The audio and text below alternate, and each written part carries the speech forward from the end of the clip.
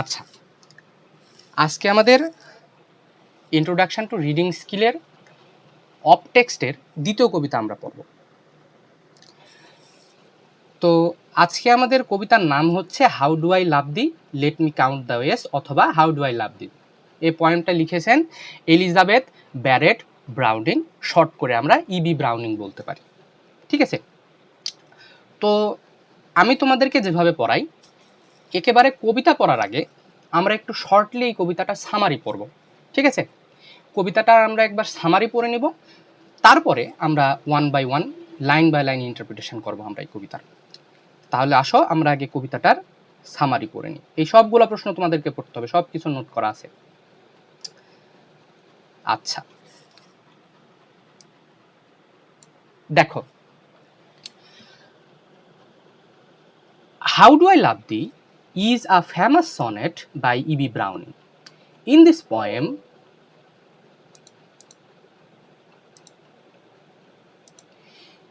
poem, the poet expresses the depth, purity and endlessness of her love for her beloved. তাহলে এই কবিতাতে তিনি তার যে ভালোবাসা, তিনি একটা জায়গায়, যে কবিতাটার নাম হচ্ছে how do I love thee, let me count the ওয়েস, তিনি একটা পর্যায়ে এসে আমাদের যেই কবি আছেন, কবি তার বিলাভেড, তার স্বামীকে বলছে যে দাঁড়াও, আমি তোমাকে কতটা ভালোবাসি এটা আমাকে হিসাব করতে দাও, আমি একটু যোগ বিয়োগ গুণ ভাগ করে তোমাকে আমি জানাই দেব যে আমি তোমাকে কতটা ভালোবাসি এবং তোমার জন্য আমার মনে কি পরিমাণ প্যাশন আছে, আমার ভালোবাসার দৈর্ঘ্য প্রস্থ গভীরতা, আমার ভালোবাসার পিওরিটি, আমার ভালোবাসার যে অসীম এন্ডলেসনেস অফ আর লাভ, তার যে ভালোবাসাটা, এই ভালোবাসার কোনো সীমা হয় না। এই কবিতার একটা পর্যায়ে তিনি বলেন যে আমি তোমাকে কতটা ভালোবাসি, দাঁড়াও আমি তোমাকে হিসাব করে দিচ্ছি। তাহলে কেমনে হিসাব করব? তাহলে আমার যে ভালোবাসা, এটাকে যদি আমি একটা বস্তু হিসাবে ধরি, তাহলে এই বস্তুটার আমি দৈর্ঘ্য প্রস্থ উচ্চতা আমি বের করে দেব। ঠিক আছে, তো তিনি বলছেন যে এই যে ঈশ্বরের যে সৃষ্টি, আল্লাহর যে সৃষ্টি, এই সৃষ্টি যতদূর পর্যন্ত আছে, এই সৃষ্টির যতটা উচ্চতা, যতটা প্রস্থ, যতটা গভীরতা, আমার ভালোবাসা তোমার জন্য ঠিক ততটুকু। তাহলে সৃষ্টির কি কোনো শেষ আছে? নাই। সেই একইভাবে তোমার জন্য আমার যে ভালোবাসা, এই ভালোবাসাটারও কোনো শেষ নাই। তোমার জন্য আমার ভালোবাসার কোনো শেষ নাই। I have a endless amount of love for you. তোমার জন্য আমার ভালোবাসাটা হচ্ছে একদম এন্ডলেস।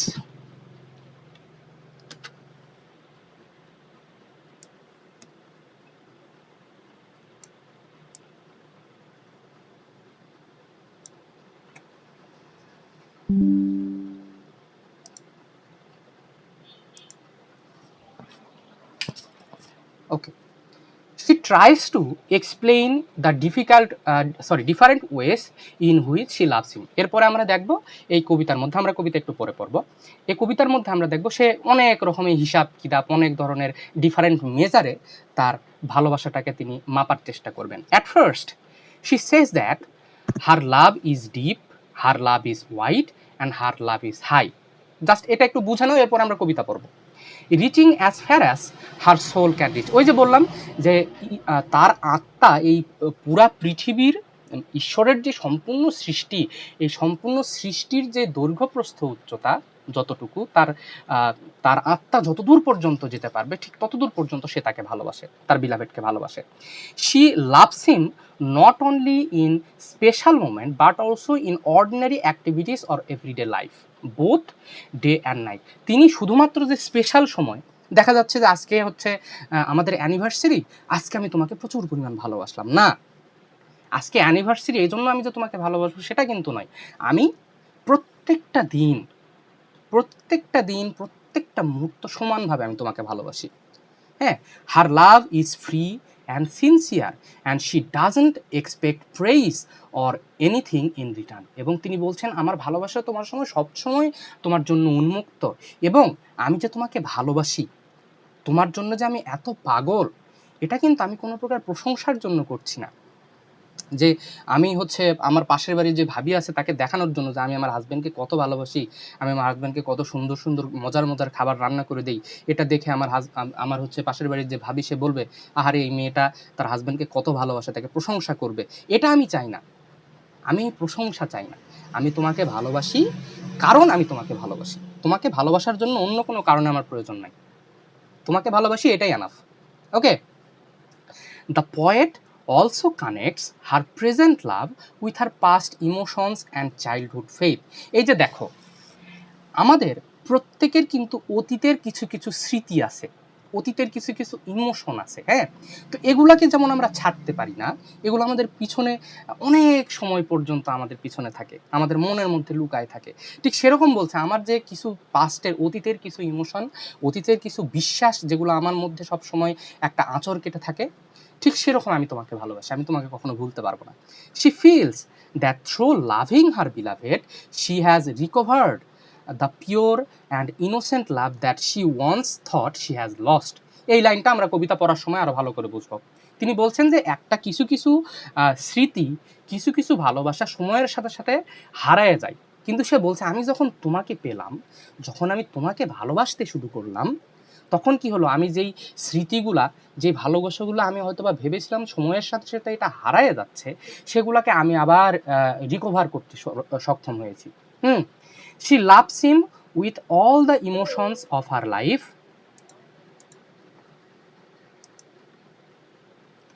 সে বলছে যে আমার জীবনের, আমার হাসি, এই যে দেখো, আমার হাসি, আমার কান্না, আমার দুঃখ, আমার আনন্দ, আমার সব কিছু দিয়ে আমি তোমাকে ভালোবাসি। এক কথায় তুমি আমার পৃথিবী। ওকে, এবং এই কবিতার একদম শেষে গিয়ে আমাদের যে কবি আছে সে বলবে যে আমি তো এখন তোমাকে ভালোবাসি। Okay, I love you at this moment, you are in front of me and I do love you, আমি তোমাকে ভালোবাসি। কিন্তু ইফ গড অ্যালাউস, যদি ঈশ্বর আমাকে যদি এই ক্ষমতাটা আমাকে দেয়, তাহলে এই মৃত্যুর পরে যখন আমরা ইটার্নাল লাইফে চলে যাব, হ্যাঁ, যখন আমরা ইটার্নাল লাইফে চলে যাব, তখন আমি তোমাকেই ভালোবাসতে চাই। আমি আমার সাথে অন্য কাউকে ইমাজিনই করতে পারবো না। এই পৃথিবীর তোমার হচ্ছে শারীরিক যে আমাদের একটা অস্তিত্ব আছে, এই অস্তিত্বটা যখন আমাদের শেষ হয়ে যাবে এবং তারপর আমরা যখন একটা আধ্যাত্মিক সত্তা পাবো, ওই সময়টাতেও আমি তোমাকে ভালোবাসতে চাই। In fact she believes that she will love her beloved even more after that. সে বলছে যে আমি এই মৃত্যুর পর যখন আমাদের আমাদের আবার হচ্ছে পুনর্মিলন ঘটবে, এই মৃত্যুর পর যে ইটার্নাল লাইফে, যে চিরস্থায়ী যে জীবন, ওই জীবনে আমরা যখন পৌঁছাবো, তখন আমি তোমাকে আরও অনেক বেশি ভালোবাসবো, ওইখানে তোমার প্রতি আমার ভালোবাসাটা আরও অনেক বেশি সিনসিয়ার হবে। বুঝছো? বলো দেখি, কবিতা তো আমরা এখনো পড়ি নাই, তারপরেও এই সামারিটা পড়ে কি আমরা কিছুটা হলেও কি 20% হলেও কি ধারণা পেয়েছি এই কবিতা সম্বন্ধে? বলো। জি। এই সামারিটা যেটুকু পড়ালাম, এইটুকুর মধ্যে কারো কি কোনো ডাউট আছে? Do any of you have any question regarding this summary? একটু তোমাদের কাছে স্যার, কবিতায় স্পিকার কে? কবিতার স্পিকার হচ্ছে আমাদের poet. Poet is the speaker of this poem. এখানে আমাদের যে ইবি ব্রাউনিং, এখানে ইবি ব্রাউনিং তার হাজব্যান্ডের প্রতি তার যে ভালোবাসা, এটাকে তিনি ডিপিক্ট করছেন, এটাকে তিনি তুলে ধরার চেষ্টা করছেন। ওকে, তো একটু বুঝতে হবে তোমাদের কাছে, প্রথম তো একদম প্রথম সাহিত্যর মধ্যে ঢুকছ, কিছু কিছু জিনিস অ্যাডাপ্ট করে নিতে হবে, কিছু কিছু জিনিস একটু মাথা খাটায় বুঝতে হবে, কিছু কিছু জিনিস অ্যাবসার্ড মনে হতে পারে, এগুলোকে একটু বোঝার চেষ্টা করতে হবে। ঠিক আছে, তো এখন আমরা আসি ডিরেক্টলি, আমরা এখন কবিতার মধ্যে যাব। তোমাদেরকে সামারিটা কেন আগে পড়াই দিলাম, একটু হলেও কবিতাটা সম্বন্ধে তোমাদের ধারণা আসলো। এখন আমরা আসি, খুব ভালো করে বোঝার চেষ্টা করো। কবি এখন বলছে, how do I love thee, let me count the ways. দাঁড়াও, আমি তোমাকে কতটা ভালোবাসি, I I I want to count, আমি এখানে একটু যোগ বিয়োগ গুণভাগ করতে চাই। And after doing all this calculation I will tell you that how much I love you. Thee মানে হচ্ছে তুমি। তো আমি তোমাকে কতটা ভালোবাসি, দাঁড়াও আমাকে একটু হিসাব কিতাব করতে দাও। তারপর সে বলছে, I love thee to the depth and breadth and height, depth breadth height মানে হচ্ছে দৈর্ঘ্য প্রস্থ উচ্চতা। My soul can reach when feeling out of sight for the ends of being the ideal grace. Ideal grace শব্দের অর্থ হচ্ছে সৃষ্টি, ঈশ্বরের সৃষ্টি। তো এখানে তিনি বলছে যখন আমার আত্মা আমার শরীর থেকে বের হয়ে যাবে, হ্যাঁ, এবং আমি যখন তোমাকে আর আমার সামনে দেখতে পারবো না, when feeling out of sight, when I will not see you, I will not be able to see you, and তখন আমি যে ঈশ্বরের সৃষ্টিটা যখন আমি দেখব, যে the creation of God is so humongous, is so huge that I cannot cover the full depth, breadth and height. তো ঠিক সেরকমই আমি যেরকম এই ঈশ্বরের সম্পূর্ণ সৃষ্টির দৈর্ঘ্য, প্রস্থ, উচ্চতা যে আমি কাউন্ট করতে পারছি না, অথবা ঈশ্বরের সৃষ্টিটাতে কত বিশাল এবং এটার যে কোনো শেষ নাই, ঠিক সেরকমই যে আইডিয়াল গ্রেস মানে ঈশ্বরের সৃষ্টির যে কোনো শেষ নাই, এটা যে এত বিশাল, তোমার প্রতি আমার যে ভালোবাসা এটাও সেম ওই রকমই বিশাল, এবং তোমার প্রতি আমার একটা এন্ডলেস ভালোবাসা রয়েছে। ওকে, আবার বলছি, দেখো, I love thee to the depth, breadth and height my soul can reach. আমার আত্মা এই সৃষ্টির যতদূর পর্যন্ত যেতে পারবে, যতটা গভীরতা পর্যন্ত যেতে পারবে, যতটা প্রস্থ পর্যন্ত যেতে পারবে, যতটা উচ্চতা পর্যন্ত যেতে পারবে, আমি ঠিক তোমাকে অতটাই ভালোবাসি। এর দ্বারা কবি বোঝাচ্ছেন যে ঈশ্বরের সৃষ্টি তো পরিমাপ করা সম্ভব নয়। পরিমাপ করা সম্ভব না। ঠিক সেরকমই my love for you, my love for you cannot be measured. তোমার প্রতি আমার যে ভালোবাসাটা, এই ভালোবাসাটা কোনোভাবেই হিসাব করা সম্ভব নয়। এটাকে কোনো দাড়িপল্লায়, কোনো নীতিতে, কোনো মাপের ফিতা দিয়ে এই ভালোবাসাটাকে হিসাব করা সম্ভব নয়। ওকে, এরপর তিনি বলছেন, দেখো, সে বলছে I love the to the levels of everyday's most quiet need by sun and candle light. আচ্ছা, এখানে the poet is saying that আমি তোমাকে কেমন করে, এই কবিতা জুড়েই তিনি তার ভালোবাসার মানে হিসাবগুলো তিনি তুলে ধরবেন যে আমি তোমাকে কেমনভাবে ভালোবাসি। হ্যাঁ, এখানে তিনি বলছেন যে আমি তোমাকে যে কোনো একটা স্পেশাল কিছু, যে মনে করো যে কাচ্চি ডাইনে আমি কাচ্চি খাইতে গেছি, তো এই কাচ্চিটা আমার খুব ভালো লাগছে, এটা খুব স্পেশাল, তো আমি তোমাকে ওই কাচ্চি ডাইনের কাচ্চির সাথে তুলনা করছি, যে আমি কাচ্চি খাইতে যেমন ভালোবাসি, অথবা কাচ্চি, অথবা আমি ওই যে একটা কক্সবাজারে ঘুরতে গেছি, ওই কক্সবাজারটা আমার কাছে যেমন প্রিয়, একটা সিম্পল একটা জায়গা, ওটা আমার কাছে যেমন প্রিয়, তুমি আমার কাছে তেমন প্রিয়। এটা কি আসলে এরকম? না, তিনি বলছেন না,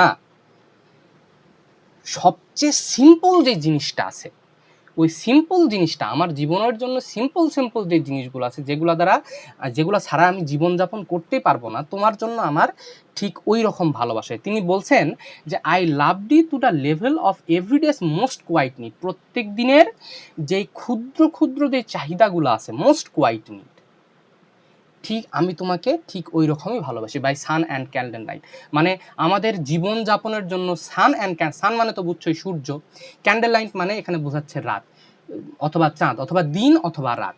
এখানে তিনি বলছেন যে আমাদের দিনাতিপাতের জন্য, for having an existence in this world, you see day and night are mandatory. পৃথিবীতে যদি রাত এবং দিনের যেই কি বলে, রাত এবং দিনের যে ব্যালেন্স, এই ব্যালেন্সটা যদি না থাকে, তাহলে কি আমরা এক্সিস্ট করতে পারবো?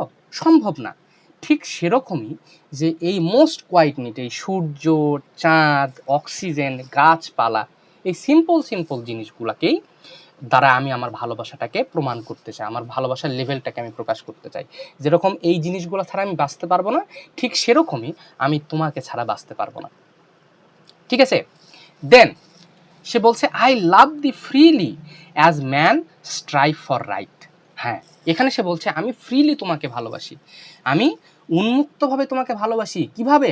যেমন স্ট্রাইভ মানে হচ্ছে সংগ্রাম করা। একটা মানুষ যেমন তার খাদ্য, বস্ত্র, বাসস্থান এবং তার যে অধিকারগুলো আছে, ঠিক আছে, এই যে আমরা আমাদের অধিকারের জন্য যেরকম আমরা সবসময় সোচ্চার, অধিকারগুলোকে আদায়ের জন্য আমরা যেমন সোচ্চার, তুমি আমার সেরকম একটা অধিকার। এখানে কবি, the poet is addressing her beloved, তার হাজব্যান্ডকে সে অ্যাড্রেস করে বলছে তুমি মানুষ যেমন তার অধিকারের জন্য সংগ্রাম করে, আমি তোমার জন্য সংগ্রাম করি।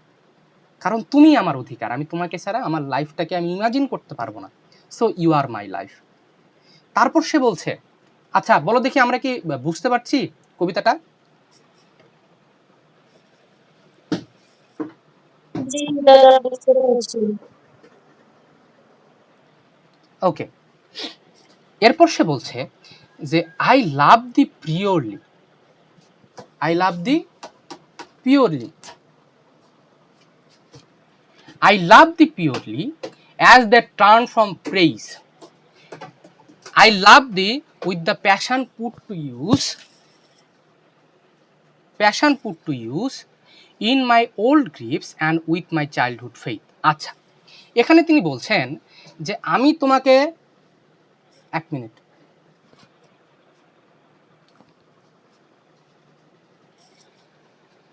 I love thee purely as the turn from praise. তো আমার জন্য my love for you is pure. এই যে তোমাদেরকে বললাম, সে বলছে যে আমি যে তোমাকে ভালোবাসি, এটা কি অন্য কারো প্রশংসা পাওয়ার জন্য? I am serving you, is that because I want praise from you or others? অন্য কারো কাছ থেকে কোনো প্রশংসা পাওয়ার জন্য যে তুমি আমাকে কতটা ভালোবাসো, হ্যাঁ তোমার মতো কেউ আমাকে ভালোবাসতে পারবে না, তো এই প্রশংসাটাকে শোনার জন্য আমি তোমাকে ভালোবাসি? No, I love you purely, my love for you is pure and I do not seek for any praise. তোমার কাছ থেকে প্রশংসা পাওয়া অথবা অন্য কারোর কাছ থেকে প্রশংসা পাওয়ার মতো কোনো ইন্টেনশন আমার নাই। আমি তোমাকে ভালোবাসি কারণ আমি তোমাকে ভালোবাসি, তোমাকে ভালোবাসার জন্যই আমি তোমাকে ভালোবাসি।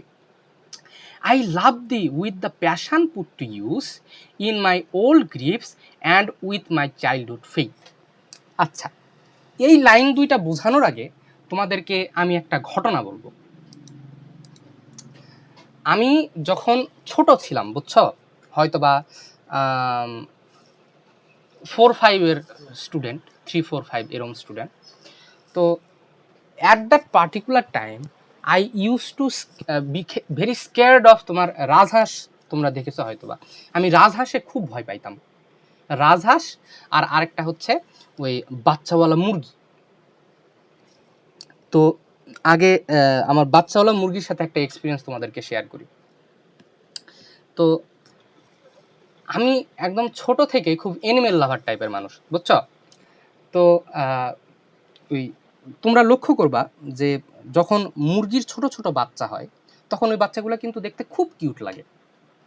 তো আমার বাড়ির ঠিক পেছনে একটা হলো বাগান আছে, আমাদের বাগান বাড়ি, এবং তার একদম লাস্টের দিকে একটা বাঁশ ঝাড় আছে। ওইখানে তোমার আশেপাশে এলাকার যেই মেয়ে বউ যারা আছে ওরা হচ্ছে তোমার ওই বাঁশের পাতাগুলো পড়ে থাকে, ওগুলো জাল দেওয়ার জন্য ওরা ঝাড় দিতে আসে, ঝাড় দিয়ে ওগুলো সব নিয়ে চলে যায়। তো যথারীতি ছোট ছিলাম, আমার বাড়ির পিছনে আমি স্কুল থেকে আসার পর ওখানে খেলতাম। তো একদিন দেখি যে পাশের বাসার এক আঙ্কেলের হলো মুরগি বাচ্চা সহ ওইখানে ঘুরে বেড়াচ্ছে। তো মুরগির বাচ্চাগুলো দেখে, মানে মা সহ মুরগির বাচ্চা ওইখানে ঘুরে বেড়াচ্ছে, তো মুরগির বাচ্চাগুলো দেখে আমার খুব ভাল লাগছে। এখন আমার মন চাইছে যে মুরগির বাচ্চাগুলোকে নিয়ে আমি একটু আদর করব। তো যথারীতি আমি গিয়ে মুরগির বাচ্চা একটা ধরছি, ধরে কেবল আমি আদর করতে গেছি, তো দেখি মানে এই এক্সপিরিয়েন্স আমার আগে কোনো দিন হয়ই নাই এবং আমি জানি না যে এরকম কিছু একটা হতে পারে। তো আমি দেখি কি যে মুরগির মা ঠিকই ছিল, কেন জানি হুট করে মুরগির মা ডবল হয়ে গেছে, বুঝছো, ফুলে উঠছে। ফুলে উঠে হায় রে হায়, আমার পিছনে যাতায়াত দৌড়, সামনে সামনে আমি, পিছনে পিছনে মুরগির মা, সামনে সামনে আমি, পিছনে পিছনে মুরগির মা। তো এরকম দৌড় ঝাঁপ হচ্ছে। তো হতে হতে তখন ওই একটা হচ্ছে আন্টি ছিল, ওই যে বললাম বাঁশঝাড় আছে, বাঁশঝাড়ে পাতা ঝাড়তাই, তো আমি একদম দৌড়ে গিয়ে ওই আন্টিকে চিপে ধরছি। তো পরে ওই আন্টি ঝাঁটা দিয়ে ওই মুরগিকে পিটায় আমাকে তখন রেস্কিউ করছে আর কি। পেছনে পায়ের দিকে 2-3টা আঁচড়ও খাইছিলাম। তো এইটা হচ্ছে আমার চাইল্ডহুড একটা এক্সপিরিয়েন্স ছিল এটা। তো তোমাদেরকে, হ্যাঁ মজা পাইছো বুঝছি। তো তোমাদেরকে এই ঘটনাটা আমি কেন বললাম, কারণ এই যে এই ঘটনাটা হয়েছিল, এবং আরেকটা জিনিস সমস্যা হচ্ছে ওই যে তোমার রাজহাঁস, কেন জানি আমার এলাকার কয়েকটা রাজহাঁস ছিল আমার বাড়ি থেকে তোমার হচ্ছে 5-7টা বাড়ির আগে একজন রাজহাঁস পালতো, বুঝছো। তো আমরা যখন স্কুল শেষ করে আসতাম, তো এই রাজহাঁসের সাথে যে আমার কি সমস্যা ছিল, আমি জীবনে কোনোদিনই একটা কুকুরকে পর্যন্ত মারি নাই, বুঝছো, আমি এতটা অ্যানিমেল লাভার। তো ওই রাজহাঁসটা কেন জানি আমাকে দেখলেই একদম পাখা চারদিকে মেলায় দিয়ে গলাটা উঁচু করে আমার দিকে দৌড়ায় আসতো, বুঝছো? তো কেন যে করতো, ওর সাথে আমার যে কি শত্রুতা এই শয়তানের হাসে। তো এই তো এই ইয়ের সাথে, এই রাজহাঁসের সাথে আমার যে কি শত্রুতা ছিল আমি নিজেও কোনোদিন বুঝতে পারি নাই, কিন্তু এই রাজহাঁস আমাকে সবসময় দৌড়া নিত। এই রাজহাঁস একটা, আর এই যে ছোটবেলায় একবার হচ্ছে এই এই মুরগির বাচ্চা, এই মুরগির বাচ্চা, মাওয়ালা মুরগির বাচ্চা দেখলে আমি এখন পর্যন্ত ভয় পাই, প্রচণ্ড পরিমাণ ভয় পাই, বুঝছো? তো এই দুইটা আমি আমার চাইল্ডহুড থেকে এখন পর্যন্ত, রাজহাঁসে অবশ্য এখন অতটা ভয় পাই না, কিন্তু মুরগির বাচ্চা দেখলে কেন জানি এখন পর্যন্ত আমার ভয় লাগে। যে ওই মাওয়ালা মুরগির বাচ্চাগুলা, একদম কিউট কিউট বাচ্চাগুলা হয় না, ফোটার পরে কয়েকদিন পর মায়ের সাথে সাথে ঘুরে বেড়ায়। তো আমার মনে, এই যে দেখো আমি কিন্তু যখন 3, 4, 5-এ ছিলাম তখন মুরগির মা আমাকে দৌড়ানি দিছে, কিন্তু এখন পর্যন্ত আমার মনে কিন্তু ওই ভয়টা কিন্তু থেকেই গিয়েছে।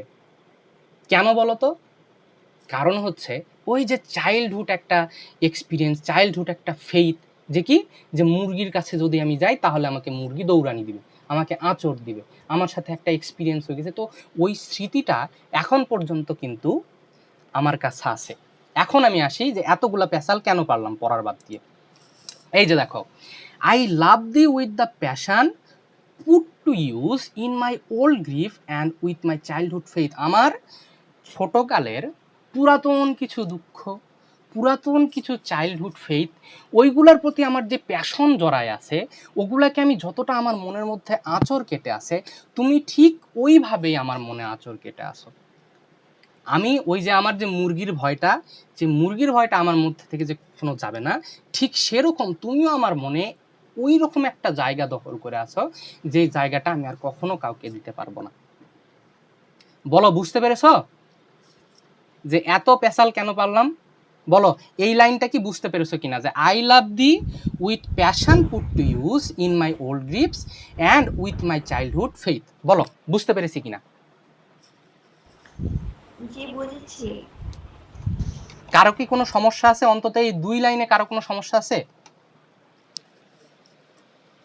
না দাদা, কোনো সমস্যা নাই।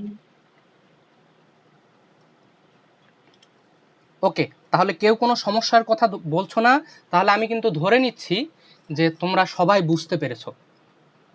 আচ্ছা, গেল। এরপরে আচ্ছা, I love thee with a love I seem to lose with my old saints. I love thee, আচ্ছা, I with my lost saints. আচ্ছা, তোমরা একটা জিনিস লক্ষ্য করে দেখবা যে ছোটবেলায় কিছু কিছু মানুষ আছে যাদেরকে তোমরা কোনো কারণ ছাড়াই ভালোবাসতে। আমি যখন ছোট ছিলাম তখন আমাদের এখানে, আমি লোকটার নামও জানি না, ওনার হচ্ছে একটু মাথার সমস্যা ছিল, ওনার নাম হচ্ছে ব্রাদার। ওনার নামই, ওনার আসল যে নাম কি ছিল আমি সেটা জানি না, ওনাকে সবাই ব্রাদার ব্রাদার বলে ডাকতো, আমিও ডাকতাম ব্রাদার। তো কেন জানি ওই লোকটাকে আমার খুব ভালো লাগতো, কোনো কারণ ছাড়াই ভালো লাগতো। ওই লোকটা মাঝে মাঝে আমাদের বাসায় আসতো, আমার মাকে কাকি বলে ডাকতো, যে কাকি ভাত দেন, দুপুরবেলার দিকে আসতো, মা ওকে খাইতে দিত। খাওয়ার সময় নানান, মানে ছোট মানুষ বোঝো না, আমি তখন ছোট মানুষ ছিলাম, ও যেটা বলতো আমার সেটাই ভালো লাগতো। তো আমি বসে বসে ওনার কাছে গল্প শুনতাম, যে মায়ের সাথে উনি গল্প করতেন।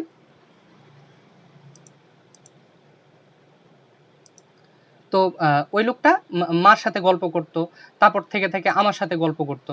আমি যখন ছোট ছিলাম ওই কই থেকে জানি কুড়ায় একটা বল নিয়ে আসছিল আমার জন্য, বুঝছো, ছোট্ট একটা বল। তো এই সব কিছুর কারণে ওই লোকটাকে আমার কেন জানি ছোটবেলায় খুব ভালো লাগতো।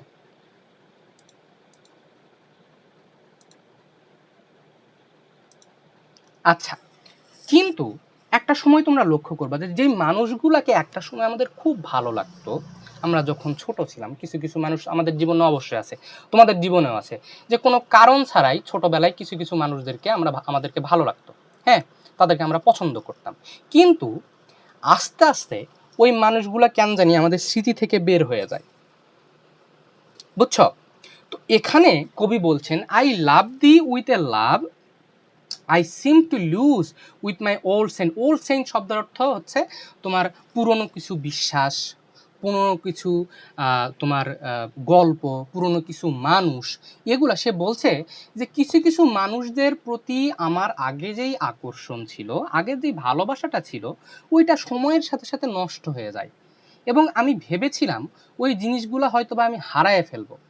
কিন্তু সে বলছে যে না, যখন একটা সময় তুমি আমার জীবনে এলে, আমার কাছে মনে হলো তুমি সেই রকমের মানুষ যাকে আমি কখনোই কোনোভাবেই হারাতে পারবো না, যাকে আমি কখনোই ভুলে যাব না। তোমাকে পেয়ে যেন আমার মনে হচ্ছে যে আমি আমার জীবনের একটা পরিপূর্ণতা খুঁজে পেয়েছি। হ্যাঁ, তোমাকে পাওয়ার পরে যেন আমি নিজেকে একটা পরিপূর্ণ অনুভব করছি। আমার মনে হচ্ছে যে আমার জীবনে আমি যা যা কিছু হারিয়ে ফেলেছিলাম, যা যা কিছু আমি ভুলে গিয়েছিলাম, সব কিছু যেন আস্তে আস্তে আমার কাছে রিভাইভ করছে, সব কিছু আমি যেন রিগেইন করতে পারছি, সব কিছু আমি আবার নতুনভাবে নিজের কাছে আমি ফিরে পাচ্ছি। বুঝছ? আচ্ছা, এরপর আমরা সেই কবিতার সবচেয়ে সুন্দর 3টা লাইনে সে বলছে, I love thee with the breath, smiles, tears of my life. দেখো, সে বলছে আমি তোমাকে ভালোবাসি। এরপর সে বলছে আমি হিসাব করছি, দাঁড়াও, আমি হিসাব করে বলে দেবো আমি তোমাকে কতটা ভালোবাসি। সে হিসাব করলো, সে খাতা কলমে হিসাব করলো এবং করার পরে সে অনুভব করলো যে আমি তোমাকে ভালোবাসি, কিন্তু কেন জানি আমার হিসাবের খাতায় আমার নাম চলে আসছে। আমার নাম কেন আসছে? কারণ আমি আমার নিঃশ্বাস, আমার হাসি, আমার কান্না, আমার সম্পূর্ণটা জীবন দিয়েই তোমাকে ভালোবাসি। কারণ এখন তুমি এবং আমি একাত্ম হয়ে গিয়েছি। বুঝছ? তুমি এবং আমি এখানে একাত্ম হয়ে গেছি। আমি আমার লাইফটাকে তোমাকে ছাড়া কখনো ইমাজিনই করতে পারবো না। এবং that's why the poet is saying, I love thee with my breath, আমি আমার প্রত্যেকটা নিঃশ্বাস দিয়ে তোমাকে ভালোবাসি। I love thee with the smiles of mine, আমার জীবনের যে হাসি, তুমি আমার জীবনে হাসির কারণ। তো আমার জীবনের নিঃশ্বাস, আমার জীবনের হাসি, আমার জীবনের কান্না, শুধুমাত্র যে আনন্দর সাথেই যে তুমি আমার সাথে সংযুক্ত তা কিন্তু নয়। তুমি আমার জীবনের প্রত্যেকটা অনুভূতির সাথে যুক্ত আছো। আমার ভালোবাসার সাথেও তুমি যুক্ত আছো, আমার কান্নার সাথেও তুমি যুক্ত আছো। এক কথায় আমার সম্পূর্ণ জীবনটাই তোমার কাছে সমর্পণ করা হয়ে গিয়েছে। অফ অল মাই লাইফ, আমার জীবনের সব কিছু, আমার জীবনের নিঃশ্বাস, আমার জীবনের হাসি, আমার জীবনের কান্না, আমার জীবনের ভালো স্মৃতি, আমার জীবনের খারাপ স্মৃতি, সব কিছুর সাথে তুমি ওতপ্রোতভাবে জড়িত আছো। অ্যান্ড ইফ গড চুজ, এবং যদি ঈশ্বর আমাকে সুযোগ দেন, তাহলে কি করব? I shall but love the better after death. এবং এই মৃত্যুর পর যে আমাদের একটা ইটার্নাল লাইফের যে সূত্রপাত হবে, হ্যাঁ, মৃত্যুর পর একটা চিরন্তন জীবনের যে সূত্রপাত হবে, যদি ঈশ্বর আমাকে সুযোগ দেন, তাহলে I will love you better after death. এই মানে এই পৃথিবীর পরে, এই জন্মের পরে পরবর্তী যেই জন্ম, ইটার্নাল যেই লাইফ, সেই জন্মটাতেও আমি তোমাকে ভালোবাসতে চাই। তুমি ছাড়া আমি আর কাউকে আমার সাথে ইমাজিন করতে পারবো না। বলো, এটা ছোট্ট একটা কবিতা, 14 লাইনের কবিতা, একটা সনেট। এটা দিস ইজ এ পেত্রাকান সনেট। তো এই কবিতার অন্যান্য যেই প্রশ্নগুলো আছে, যে এই কবিতার রাইম স্কিম থেকে শুরু করে অন্যান্য কিছু আমরা পরবর্তী ক্লাসে আমরা পড়ব। হ্যাঁ, তো আজকে আমরা এই কবিতা সম্বন্ধে পড়লাম। বলো দেখি যে কবিতাটাকে আমরা বুঝতে পেরেছি? কবিতাটা সম্বন্ধে কি আমাদের কি আর কোনো ডাউট আছে কিনা বলো? যদি কারো প্রশ্ন থাকে নির্দ্বিধায় প্রশ্ন করো, আমি উত্তর দিব। ইরে বাবারে, 7 নাম্বার সংখ্যাটা আরেকবার বলুন। সরি আমি বুঝতে পারলাম না, আরেকবার প্লিজ। স্যার 7 নাম্বার আর 8 নাম্বার লাইনটা আরেকবার শর্ট করে বুঝিয়ে দিন। ওকে, ওয়েট, 1 2 3 4 5 6, সরি 1 2 3 4 5 6 7 8, 7 আর এবং 8। আচ্ছা দেখো, 7 নাম্বার লাইনে সে বলছে I love the freely as man strive for right. আচ্ছা, মনে করো যে প্রশ্ন করেছো আর কি, মনে করো আমি তোমার কাছ থেকে তোমার বাসস্থানটা কেড়ে নিলাম। তো আমি তোমার কাছ থেকে, তুমি যে তোমার পৈতৃক যে বাড়ি, ওই বাড়িটা আমি তোমার কাছ থেকে কেড়ে নিলাম। তুমি কি আমার সাথে সংগ্রাম করবে না? তুমি আমার সাথে যুদ্ধ করবে না? তুমি একদম হচ্ছে দরকার পড়লে তো আমার মাথা পর্যন্ত ফাটাই দিবা, তুমি দিবা না? বলো, তোমার অধিকারের জন্য তুমি সংগ্রাম করবা না? জি। করবা। এখানে আমাদের যে কবি সে বলছে যে আমি আমার যে অধিকারের জন্য যতটা সংগ্রাম করতে পারি, ঠিক তুমি আমার সেই অধিকারের মতো, আমি তোমাকে ফ্রিলি ভালোবাসি এবং আমি আমার অধিকারের জন্য যতটা সংগ্রাম করতে পারি আমি তোমার জন্য ঠিক ততটা সংগ্রাম করব, কারণ তুমি আমার জীবনের রাইট, তুমি আমার জীবনের অধিকার। এরপরে সে বলছে আই লাভ দি পিওরলি, এবং তোমার এবং আমি তোমাকে যতটা ভালোবাসি এটা একদম পিওর ভালোবাসা, এর মধ্যে কোনো ছলচাতুরি নাই, এর মধ্যে কোনো প্রশংসা পাওয়ার কোনো ইচ্ছা নাই। অথবা তোমার কাছ থেকে যে আমি গিফট পেতে যাই, আমি তোমাকে কেন, আমি তোমাকে অনেক ভালোবাসি বলছি বলছি বলছি, তারপর কি আমার ইচ্ছা, মনে মনে আমি ইচ্ছা করতেছি যে হচ্ছে তুমি আমাকে একটা সুন্দর শাড়ি গিফট করবা, এই জন্য কি আমি তোমাকে ভালোবাসি? অবশ্যই না। আমি তোমাকে পিওরলি ভালোবাসি, আমি তোমার কাছে কোনো কিছু যে চাওয়া, তোমার কাছে আমার কোনো কিছু চাওয়া নাই, কারণ আমার সব চাওয়া পায় হচ্ছে তুমি, তুমি আমার জীবনের সব কিছু। সে বলছে আই লাভ দি পিওরলি, তোমার প্রতি আমার যে ভালোবাসা এটা একটা পিওর ভালোবাসা, as the turn from praise and I do not want any praise. Praise শব্দের অর্থ হচ্ছে প্রশংসা। তো আমি আমি তোমাকে ভালোবাসছি, আমি তোমাকে এত কেয়ার করছি, এর কারণ কিন্তু প্রশংসা পাওয়া নয়, এর কারণ কিন্তু কোনো গিফট পাওয়া নয়। তাহলে কেন আমি তোমাকে ভালোবাসি? আমি তোমাকে ভালোবাসি কারণ আমি তোমাকে ভালোবাসি। তোমাকে ভালোবাসার কারণ হচ্ছে তোমাকে ভালোবাসা, এর বেশি আর কোনো কারণ তুমি আমার কাছ থেকে জিজ্ঞেস করতে এসো না। বুঝছি? জি স্যার, বুঝতে পারছি। আর কারো কোনো প্রশ্ন? ভাইয়া এটা কোন সাবজেক্ট? এটা হচ্ছে, হাই হাই রে, এটা হচ্ছে আমাদের ইংলিশ রিডিং স্কিল। রিডিং স্কিলের জন্য আমাদেরকে কিছু আমাদের যে টেক্সট বুক আছে ইন্ট্রোডাকশন টু পোয়েট্রি, এগুলার কবিতা বাদেও আমাদেরকে কিছু এক্সট্রা কবিতা পড়তে হবে। সেই কবিতাগুলোর মধ্যে এটা একটা, হাউ ডু আই লাভ দি। ঠিক আছে, আমি ভাবছিলাম মনে হয় পোয়েট্রি, এই জন্য সিলেবাসে কোথাও খুঁজে পাই নাই। এটা হচ্ছে অফ টেক্সট, এটা হচ্ছে অফ টেক্সট, আমাদের ইন্ট্রোডাকশন টু পোয়েট্রি বইয়ের বাহিরের এই গল্পগুলো, সরি এই কবিতা। আর কারো কোনো প্রশ্ন আছে? স্যার পরের 2 লাইন রিপিট লাগবে। পরের 2 লাইন মানে? স্যার এই লাইনটার পরের 2 লাইন। এটা I love thee with the passion. জি স্যার। ওকে। কিরে, এটা আমি এত সুন্দর তোমাদের আমার হচ্ছে মুরগি দাবড়ানোর কাহিনী বলে বুঝাইলাম, আবার তুমি বুঝতে আসছো? দেখো শোনো, এখানে কবি বলছে যে আমাদের প্রত্যেকেরই, যে আমাকে প্রশ্ন করলা সে এখানে নিজে তোমার জীবনের কিছু জিনিসপত্র আমার সাথে সাথে ইমাজিন করো। তুমি যখন ছোট ছিলে কিছু কিছু জিনিসের প্রতি তোমার একটা অন্ধবিশ্বাস তৈরি হয়ে গিয়েছিল না? দেখো তো, যে কোনো একটা কিছুর প্রতি ভয়, কোনো একটা কিছুর প্রতি আবেগ, এরকম কিছু তোমার ছিল, এবং সেই প্যাশনটা, সেই আবেগটা তোমার মধ্যে কিন্তু একটা দীর্ঘস্থায়ী একটা ছাপ ফেলেছে, তাই নয় কি?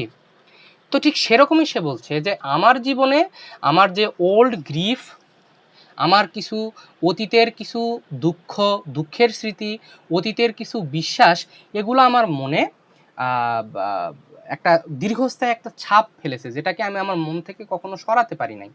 ঠিক সেরকমই তুমি আমার মনের মধ্যে একটা দীর্ঘস্থায়ী একটা ছাপ ফেলেছো, এবং সেটাকে আমি কখনো ছাড়াতে পারবো না। এইভাবে আমি তোমাকে ভালোবাসি, যেরকম আমি আমার অতীতের কিছু বিশ্বাস, অতীতের কিছু এক্সপিরিয়েন্স যেমন আমি কখনোই ভুলতে পারবো না, ঠিক সেরকমই আমি তোমাকে কখনো ভুলতে পারবো নয় আকারে না। বুঝেছো? জি স্যার। ওকে, আচ্ছা, তাহলে আমি আশা করছি আমরা এটা বুঝতে পেরেছি। আমরা একটু এই কবিতাটা থিম পড়ব, ছোট্ট করে এই কবিতার থিম সম্বন্ধে আমরা একটু জেনে নেওয়ার চেষ্টা করি। দেখো, এগুলো সব প্রশ্ন কিন্তু আমাদেরকে পড়তে হবে। ওকে, আজকের ক্লাসে সব প্রশ্ন পড়া সম্ভব হচ্ছে না, পরবর্তী ক্লাসে পরবর্তী তোমাদের যে পেইড ক্লাস আছে রিডিং স্কিলের, সেটাতে আমি এই প্রশ্নগুলো তোমাদেরকে পড়াই দেবো। আচ্ছা, আসো এখন আমরা এই কবিতাটার থিম সম্বন্ধে জেনে নিই, যে এটার মধ্যে কি কি থিম আছে। আচ্ছা, এখান থেকে শুরু করে এই পর্যন্ত তোমাদেরকে আমি একটা নোট দিব, এই নোটটা এখনো দেই নাই। তোমার রিডিং স্কিলের যেই প্রশ্নগুলো আছে এই প্রশ্নগুলোর উত্তর তেমন বড় হয় না, এবং ওইটুকু প্রশ্ন লিখলে আমরা ঠিকভাবে আমরা মার্কও পাবো না। ওকে, তো দ্যাটস ওয়াই তোমাদেরকে আমি একটা নোট তৈরি করে দেব। যদি আমি তৈরি করে দেবো এই কথাটা বলি তাহলে একটু ভুল হয়ে যায়। আমার একজন স্যার আছেন, যখন আমরা ফার্স্ট ইয়ার সেকেন্ড ইয়ারে ছিলাম, তিনি আমাদেরকে এই নোটটা দিয়েছিলেন, এবং তারপর আমি কিছু রিভাইজড করে, কিছু এডিশন, কিছু এক্সট্রাকশন করে এই নোটটাকে আরও রিফাইন্ড করেছি। যাই হোক, তো এইটুকু তোমাদেরকে মুখস্থ করতে, এখানে আমরা জানবো যে থিম কী জিনিস, টোন কী জিনিস, এগুলো জানলাম। তো এটা আমরা আজকে না পড়ি। এখন আমরা আসি যে এই কবিতার সেন্ট্রাল থিম কী কী।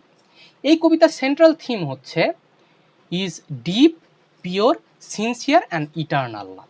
এই কবিতাটার মেইন থিম হচ্ছে ডিপ লাভ, গভীর love, pure love, sincere love and eternal love. এটা হচ্ছে এই কবিতাটার সেন্ট্রাল থিম। দেখো, তাহলে এখানে সেন্ট্রাল থিমগুলো আরও কিছু সেন্ট্রাল থিম আছে। সেটা হচ্ছে one important aspects of the theme is limitlessness nature of love. দেখো, এই প্রকৃতির কি কোনো লিমিট আছে বলো তো? ঈশ্বরের যে সৃষ্টি, এটা কি কোনো লিমিট আছে? নাই। তো এখানে সে বলছে যে তোমার প্রতি আমার যে ভালোবাসা, এই ভালোবাসাটাও একেবারে লিমিটলেস। এই ভালোবাসাটার কোনো লিমিট নাই, এবং এটাকে আমি কোনোভাবে মেজার করতে পারবো না। ঠিক আছে, এরপরে আমরা আসি পরবর্তী থিম কি আছে। পরবর্তী থিম হচ্ছে অ্যানাদার ইম্পর্টেন্ট থিম ইজ, এটা তোমাদেরকে বলে দিলাম, হ্যাঁ, এই পরের যে 2-3টা লাইন এই কথাটারই জাস্ট এক্সপ্লেন করা হয়েছে, তোমরা একবার পড়ে নিবা তাহলে বুঝতে পারবা। ঠিক আছে, তো আজকে যেহেতু আমাদের সময় একেবারেই শেষ, এজন্য লাইন বাই লাইন পড়াটা সম্ভব হচ্ছে না আজকের ক্লাসে। দেখো, another important theme is the purity and sincerity of love. এবং তার যে ভালোবাসার যে একটা পিওরিটি কীরকম সেটা তোমাদেরকে বলে ফেলেছি, যে কি আমি তোমাকে যে ভালোবাসি এটাকে কি কোনো কারো কাছে প্রশংসা পাওয়ার জন্য, তোমার কাছে কোনো গিফট পাওয়ার জন্য, তুমি আমাকে দিন শেষে বলবা যে তোমার মতো ভালো কেউ আমাকে ভালোবাসতে পারে না, এই প্রশংসাটা পাওয়ার জন্য না। আমি তোমাকে পিওরলি ভালোবাসি, এবং তোমার প্রতি আমার ভালোবাসা একদম সিনসিয়ার। তোমার প্রতি আমার ভালোবাসা কোনো তোমার প্রতি যে, দেখো, this suggest that true love is based on trust. তোমার যে আসল যে ভালোবাসা, এটা ট্রাস্টের উপর বেসড করবে, ফেইথের উপর বেস করবে, ডিভোশনের উপর বেস করবে। তোমার প্রতি আমার যে একটা ভক্তি, তোমার প্রতি আমার যে একটা ট্রু সেন্স অফ লাভ। ঠিক আছে, then the poem also highlights the theme of love as source of strength and faith. এবং তোমাকে যে আমি ভালোবাসছি, ঠিক আছে, এটা কিন্তু একটা আমার মধ্যে যে শক্তি, এটা হচ্ছে তোমার চাইল্ডহুড ফেইথ হতে পারে, অথবা স্পিরিচুয়াল বিলিফ যে আবার আমি রিগেইন করতে পারছি। এই যে এখানে একটা স্পিরিচুয়াল কিন্তু নেচারও আমরা পাবো। সে ঈশ্বরের প্রতি সে শ্রদ্ধাশীল। সে বলছে তুমি যদি আমাকে সুযোগ দাও তাহলে কিন্তু আমি তোমাকে ভালোবাসতে পারবো। এই যে বিশ্বাসগুলা, স্ট্রেংথ এবং বিশ্বাস, এগুলোও এই কবিতাটার একটা মেইন থিম। এবং ফাইনাল একটা ইম্পর্টেন্ট থিম, সেটা হচ্ছে ইটার্নাল নেচার অফ লাভ। এখানে সে বলছে, লাস্টের দিকে সে বলছে, এটা একটু পড়ি দেখো। In the last line the poet says that if god allows, যদি ঈশ্বর আমাকে সুযোগ দেন, তাহলে I will love her, she will love her beloved after, even better after death. এবং এই পৃথিবীর যে জীবন, পৃথিবীর যে আমাদের সত্তা, এই সত্তার বাহিরে গিয়েও আমি তোমাকে ভালোবাসতে চাই। ঠিক আছে, সো এটা হচ্ছে একটা কবিতা। আমার পার্সোনাল কিছু প্রিয় কবিতা আছে, সেই কবিতাগুলোর মধ্যে এইটা একটা। এই কবিতাটা আমার খুবই ভালো লাগে, এবং এইখানে তিনি ভালোবাসার, একজন স্ত্রী তার স্বামীকে কিভাবে ভালোবাসে এটা তিনি আমাদেরকে শেখানোর চেষ্টা করছে। এবং আসলেই কিন্তু এই কবিতাটা একটা শিক্ষণীয় ব্যাপার, যে আমরা আমাদের বেটার হাফকে, এটা শুধুমাত্র যে তুমি তোমার প্রেমিক অথবা তোমার হাজবেন্ডকে কিভাবে ভালোবাসবে এটাও নয়, আমাদের যে প্রিয় মানুষগুলো যারা আছে তাদেরকে আমাদেরকে কিভাবে ভালোবাসা উচিত, আমরা কিন্তু এখান থেকে সেটারও শিক্ষা নিতে পারি। ঠিক আছে, so thank you very much for attending the class. আশা করছি আমরা এই কবিতাটা পড়ে আমরা উপকৃত হয়েছি, এবং আশা করছি এই কবিতার যে কোনো জায়গা থেকে অন্তত কবিতা সম্পর্কিত যে কোনো প্রশ্ন করলে তোমরা বুঝতে পারবা। এবং একটা কথা তোমাদেরকে আগেও বলেছি, এখনও বলছি, তোমাদের কিন্তু কোশ্চিন প্যাটার্ন, তোমাদের সিলেবাস প্যাটার্ন সব কিছু কিন্তু চেঞ্জ হয়ে গিয়েছে। তোমরা যারা ধরে আছো যে পরীক্ষার আগে বোর্ড প্রশ্নগুলো পড়ে গিয়ে আমরা উত্তর করে চলে আসবো, তারা কিন্তু এখন পর্যন্ত আমি বলছি যে বোকার স্বর্গে বসবাস করছো। যারা এই শুরু থেকে ডিটেইল পড়াশোনা করছো তারা ভালো করবা, এবং যারা এখন পর্যন্ত এটাকে সিরিয়াসলি নিচ্ছ না, তারা কি বলবো, বুঝতে পারবা যে তোমরা কি ভুল করছো। যে সময় চলে যাবে, সময় তার নিজস্ব গতিতেই চলে যাবে, কিন্তু ওই যে পরীক্ষার আগের রাতে তোমরা শুধু আফসোস করবা যারা পড়াশোনা করছো না, যে সব কিছু স্যার পড়াইছিল, সব কিছু স্যার হাতের কাছে দিয়েছিল, কিন্তু আমি পড়ি নাই। তো আশা করছি, দোয়া করছি যে এই দিনটা যেন তোমাদের লাইফে না আসে। এখন থেকেই পড়াশোনার গুরুত্বটাকে অনুভব করো, এখন থেকে প্রতিদিনের পড়া প্রতিদিন শেষ করো। Okay, so thank you very much. তোমাদের সাথে সামনের দিন ক্লাসে আবার দেখা হচ্ছে। Thank you.